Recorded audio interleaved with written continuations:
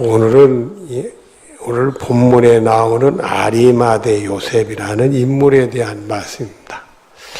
이 아리마대는 지역의 이름이고 요셉만 이름입니다. 예루살렘에서 좀 멀리 떨어진, 북쪽으로 떨어져 있는 아리마대 동네에 요셉이라는 인물이 있었습니다. 이 아리마대 요셉이 예수님이 돌아가셨을 때 그 빌라도에 가서 그 시신을 요청하고 시신을 가져다가 자기를 위해 쓰려고 준비한 무덤에다가 예수님을 정성껏 잘 장세 지낸 사람이 됩니다. 마태복음 27장 57절부터 60절까지를 보면은 저물었을 때 아리마대의 부자 요셉이라 하는 사람이 왔으니 그도 예수의 제자라. 빌라도에게 가서 예수의 시체를 달라 하니 이에 빌라도가 내주라 명령하거늘 요셉이 시체를 가져다가 깨끗한 세마포로 싸서 바위 속에 판 자기 샘무덤에 넣어두고 큰 돌을 굴려 무덤 문에 놓고 가니 이렇게 되어 있습니다. 이 아리마대 요셉이 예수님 돌아가시니까 용기를 내서 빌라도에게 가가지고 예수님의 시신을 요청합니다. 장세 지내기 위해서 그 시신을 요청하니까 빌라도가 내주었어요. 그래서 이 아리마대 요셉이 예수님을 장사 지내게 되는데 유대 나라의 무덤은 우리하고 좀 다릅니다. 우리나라는 땅을 파고 그 밑에다가 이렇게 묻고 그러는데 이스라엘은 땅을 파지 않고 굴을 팝니다. 이런 돌 있는 굴을 파서 시신을 그 안에다 집어넣는 겁니다. 이렇게 집어넣는. 어떤 경우는 시신 한 구만 넣는 게 아니라 자기 가문의 시신을 차곡차곡 집어넣는 그런 묘지들이 있습니다. 그리고는 그 무덤문 입구에다가 큰 돌로 뚜껑을 딱 닫아놓는 거예요. 예수님을 자기가 쓰려고 판 무덤, 샘무덤에다가 정성껏 장사를 지내줬다. 이런 말입니다.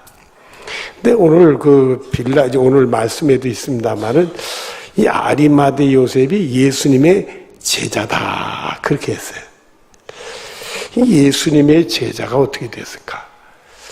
보통 일반적으로 보면 예수님의 제자들은 부르심을 받을 때부터 그런 게 나오는데 이 아리마대 요셉은 그런 내용이 성경에 없습니다. 밑도 끝도 없이 예수님의 제자다. 그리고 요거 예수님의 장사를 지낼 때마다 한 번 등장하고 사라지는 인물로 나타나요. 근데 예수님의 제자라고 그래요. 그래서 예수님의 제자라고 하더라도 숨어있는 제자가 아니나. 그래서 예수님의 숨어있는 제자였을 것이다. 그렇게 우리들이 표현을 합니다. 오늘 본문 51절 앞에 보면은 그들의 결의와 행사에 뭐하지 아니한 자라 찬성하지. 요셉이, 아리마대 요셉이 그들의 결의와 행사에 참여하지 않았대, 찬성하지 않았다는 거예요. 그건 뭐냐면 그들은 이스라엘의 공회를 얘기합니다. 이스라엘에 대표하는 사람들 70명이 모여가지고 이스라엘의 모든 크고 작은 일들을 결의하는 곳이요. 이스라엘 대표자들을 그 공회 의원이라고 그렇게 얘기를 합니다. 이 아리마대 요셉이 공회 의원이었어요. 그래서 그 공회에서 예수님을 죽이기로 결의할 때 그 자리에 있었단 말이에요. 그리고 예수님을 죽이는 일에 행동에 옮겼는데 자기는 그 일에 찬성하지 않았다 이거예요. 예수님의 제자니까 예수님을 죽이는 결의에 찬성할 리도 없고 그 행동에 옮길 리도 없겠지요. 그러나 막상 이 아리마대 요셉에게는 그 반대를 하거나 참여하지 않는 일에는 쉬운 일만은 아닙니다. 마가복음 15장 43절에 보면 이 사람은 존경을 받는 공회원이요 이렇게 나왔습니다. 이 아리마대 요셉은 공회원 중에서도 존경을 받는 인물이라 이거예요. 그 사람 중에서 존경받는 사람이 내가 예수님의 제자라고 해가지고 노골적으로 예수님을 위해주고 예수님을 이렇게 죽이기로 결의하는데 반대를 앞장서서 하고, 이게 쉬운 일이 아니에요. 이미 대세가 이미 공해온 전원이 대부분이 예수님을 죽인 일에 찬성하고 있기 때문에 혼자서 그걸 반대하고 앞장서서 그거를 반대하는 일에 이게 거의 불가능했단 말이에요. 그래서 그런지 몰라도 요한복음 19장 38절에 보면은 아리마대 사람 요셉은 예수님의 제자이나 유대인이 두려워 그것을 숨기더니, 이렇게 돼 있어요. 그가 예수님을 죽이기로 결의하는 데는 반대는 했지만은 자신이 예수님의 제자인 것은 유대 사람들에게 감췄다 이거요. 드러내면 곤란하니까 말이에요. 그 당시는 심지어 예수님의 수자자 베드로도 예수님을 부인하는 실족까지 하는 상황인데, 이 아리마대 요셉이 나 예수의 이러고 나오기에 쉬운 일이 아니죠. 만약에 그러고 나왔다가 자기가 어떤 불이익을 당할지도 모르잖아요. 그리고 자기 지금 신분이, 이 상황이 그렇지는 못해요. 그런데 마가복음 15장 42절 43절 앞에 보면은 이 날은 준비일 안식일 전날이므로 저물었을 때에 아리마대 사람 요셉이 와서 당돌이 빌라도에 들어가 예수의 시체를 달라. 근데 놀라웠게도 예수님 돌아가신 다음에는 빌라도한테 가서 당돌하게 예수님의 시신을 달라고 요청을 했다 이거예요.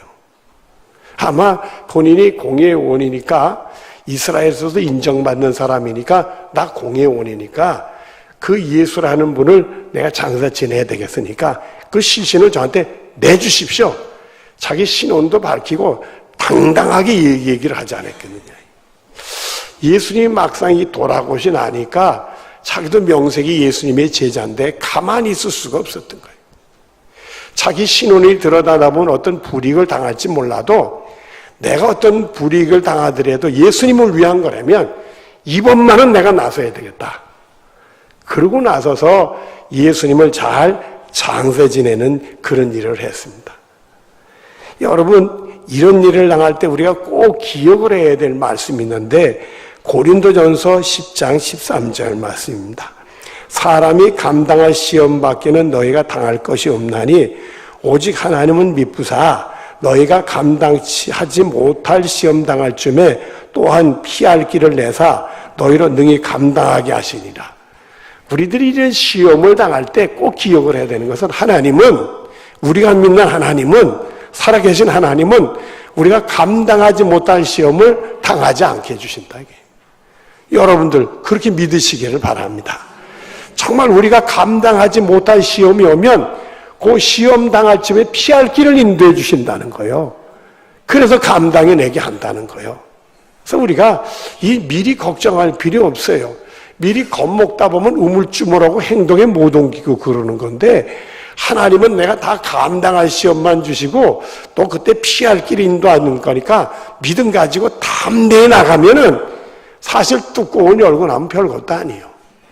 아리마대 요셉이 예수님을 장세 지냈다고 그래서 큰 불이익을 당했냐? 그런 거 없어요.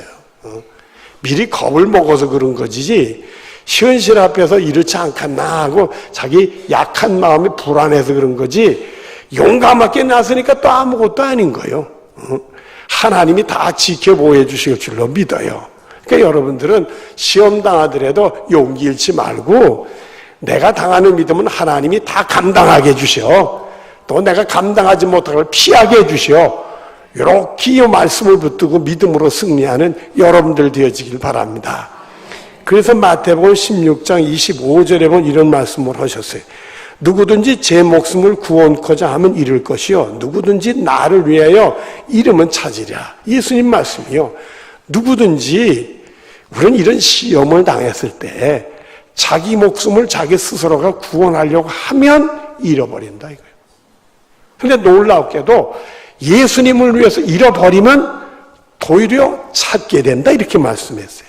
이 아리마대 요셉이 이런 시험을 당했을 때 자기 목숨을 자기가 구하려고 했으면 오히려 잃어버렸을 뻔했어. 그러나 예수님을 위해서 자기가 어떤 불이익을 당하더라도 감당하겠다고 잃어버리니까 하나도 잃어버리지 않는 찾는 놀라운 일이 벌어지게 됐다 이거예요.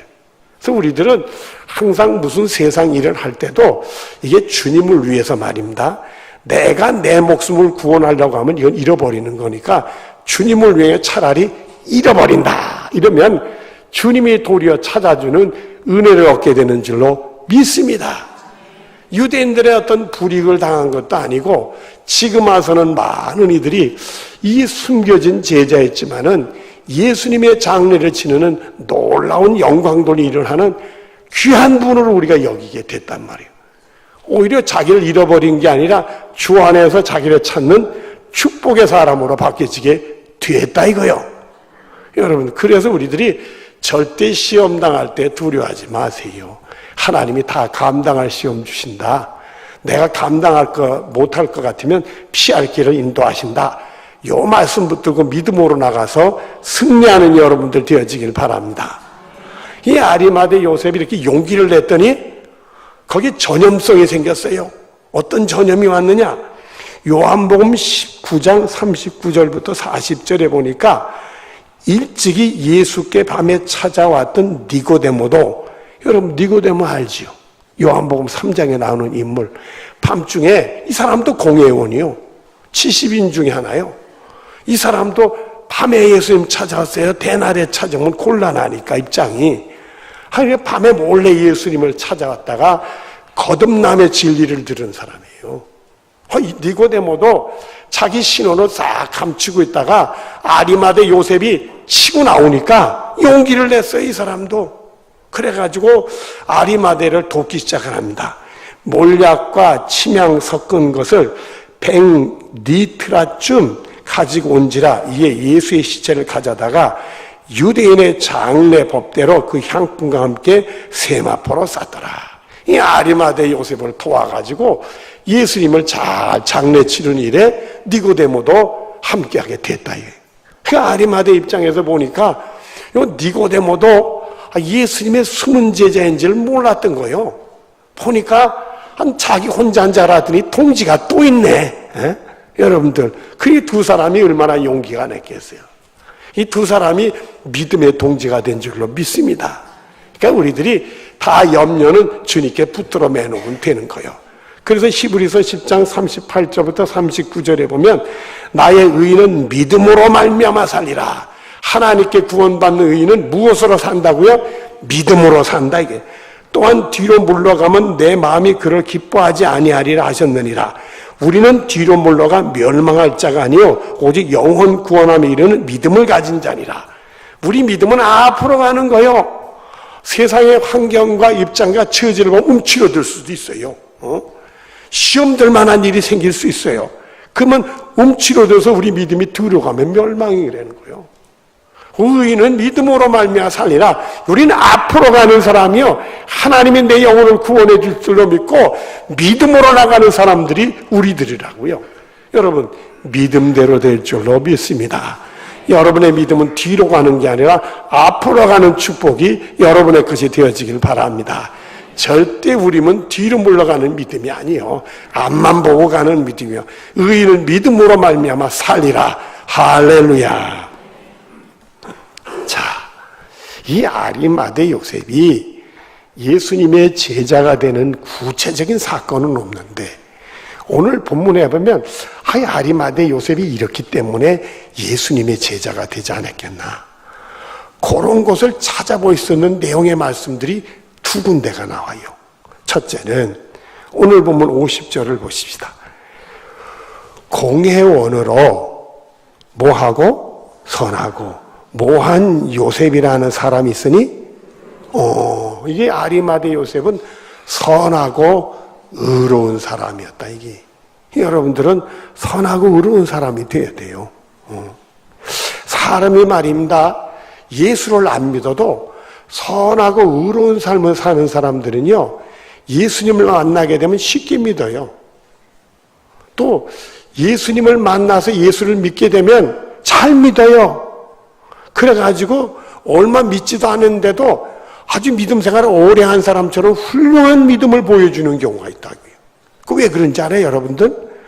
예수님이 선하고 의로우니까 선하고 의로운 사람은 예수님과 통해서 그런 거예요. 이 아리마대 요셉이 선하고 의로운 사람이래. 그러니까 예수님하고 통할 수 있는 사람이란 말이요. 그래서 우리 믿음 생활이 항상 이 선하고 의로운 삶을 살아야 돼. 그리고 은혜도 많이 받아. 누가복음 1장 5절부터 6절 앞에 보면 유대왕 헤롯 때에 아비야의 반열에 제사장 한 사람이 있었으니 이름은 사가리아요. 그의 아내는 아론의 자손이 이름은 엘리사벳이다. 이 두 사람이 하나님 앞에 의인이니 이렇게 돼 있어요. 여기 사가리아하고 엘리사벳이 나오는데 이분들이 누구냐면 세례 요한의 아버지 어머니요. 요 세례 요한의 아버지 어머니가 하나님 앞에 의인이었대. 그러니까 그런 은혜를 받지. 세례 요한을 출산하는 세례 요한의 부모님이 됐지 말이요. 그래서 이런 걸 보면은 참 사람이 의롭고 선함이 있어야 되겠다. 또 마태복음 1장 18절 19절에 보면 그의 어머니 마리아가 예수님 어머니죠. 요셉과 약혼하고 동거하기 전에 성령으로 잉태된 것이 나타났으니 그의 남편 요셉은 의로운 사람이라 그를 드러내지 아니하고 가만히 끊고자 하여 이렇게 돼 있어요. 이 요셉이라는 사람이 예수님의 아버지가 된 사람이에요. 근데 이 요셉이라는 사람이 자기 동네에 나사렛 동네에 바로 마리아는 여성하고 약혼을 했는데 아직 동거를 안 했어요. 근데 마리아가 임신이 됐네.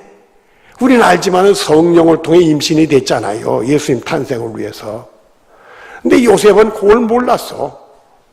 몰랐는데 자기 약혼한 여자가 배가 푹 불러오니 이 약혼자인 남자는 어떻게 돼?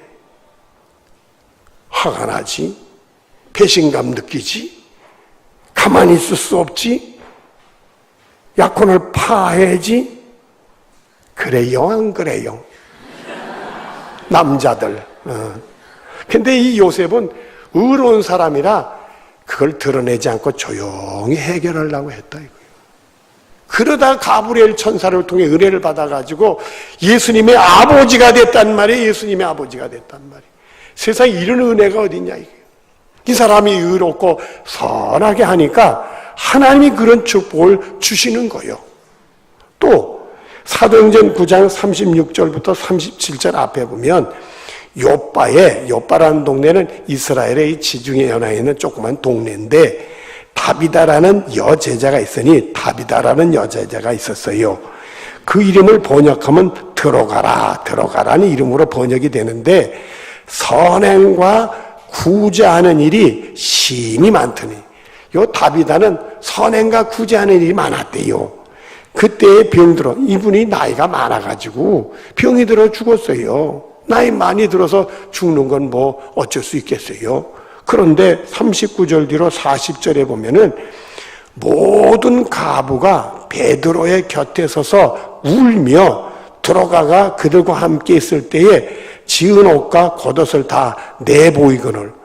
이 다비다가 죽으니까 온 동네 가부들이 모여가지고 울고불고 베드로한테 난리가 났네. 그래가지고 이 다비다가 살았을 때 자기들한테 해준 옷들 이런 거 구제해주고 선행을 베풀었던 것들 이런 것들을 보면서 이런 아까운 우리 다비다가 죽었다고 울고 난리가 냈네. 그러니까 베드로가 사람들을 다 내보냈어요. 무릎을 꿇고 기도하고 돌이켜 시체를 향하여 이르되 다비다야 일어나라 그 소리 질렀어요. 그래서 다비다가 살아났어. 세상에 어찌 이런 일이? 이런 걸 보면 사람이 선하고 의롭게 살아야 복을 받는 거예요. 이 아리마대 요셉이 선하고 의로우니까 선하고 의로운 우리 예수님하고 통하니까 이 양반이 제자가 되지 않았겠는가 말이야. 여러분들 우리들도요 선하고 의롭게 살아야 돼.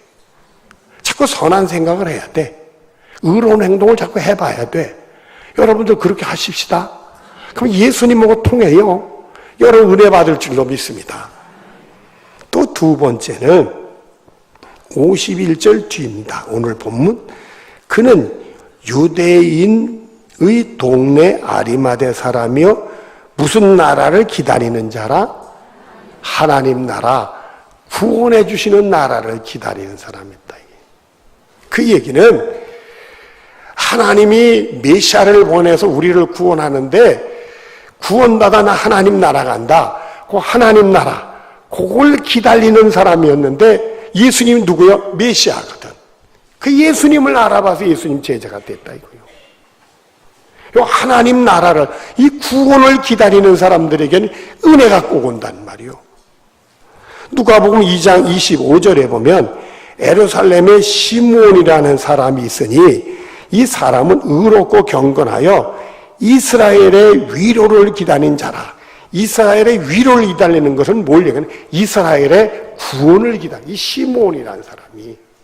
그런데 예수님이 탄생하셔서 8일 만에 할례를 받으러 예루살렘 갔을 때 이 시몬이 예수님을 첫눈에 알아보고 예수님을 안고 우리 백성을 구원하러 하나님이 그 아들을 보내셨다고 찬송을 해요.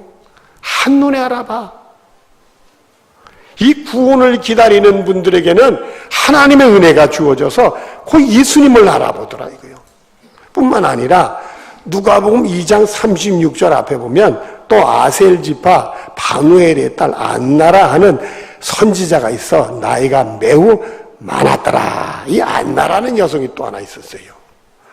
또 37절 뒤로 38절에 보면 이 사람이 성전을 떠나지 아니하고 주야로 금식하며 기도함으로 섬기니 마침 이때에 나와서 하나님께 감사하고 예루살렘의 속량을 바라는 모든 사람에게 그에 대해 말하니라 이랬어요.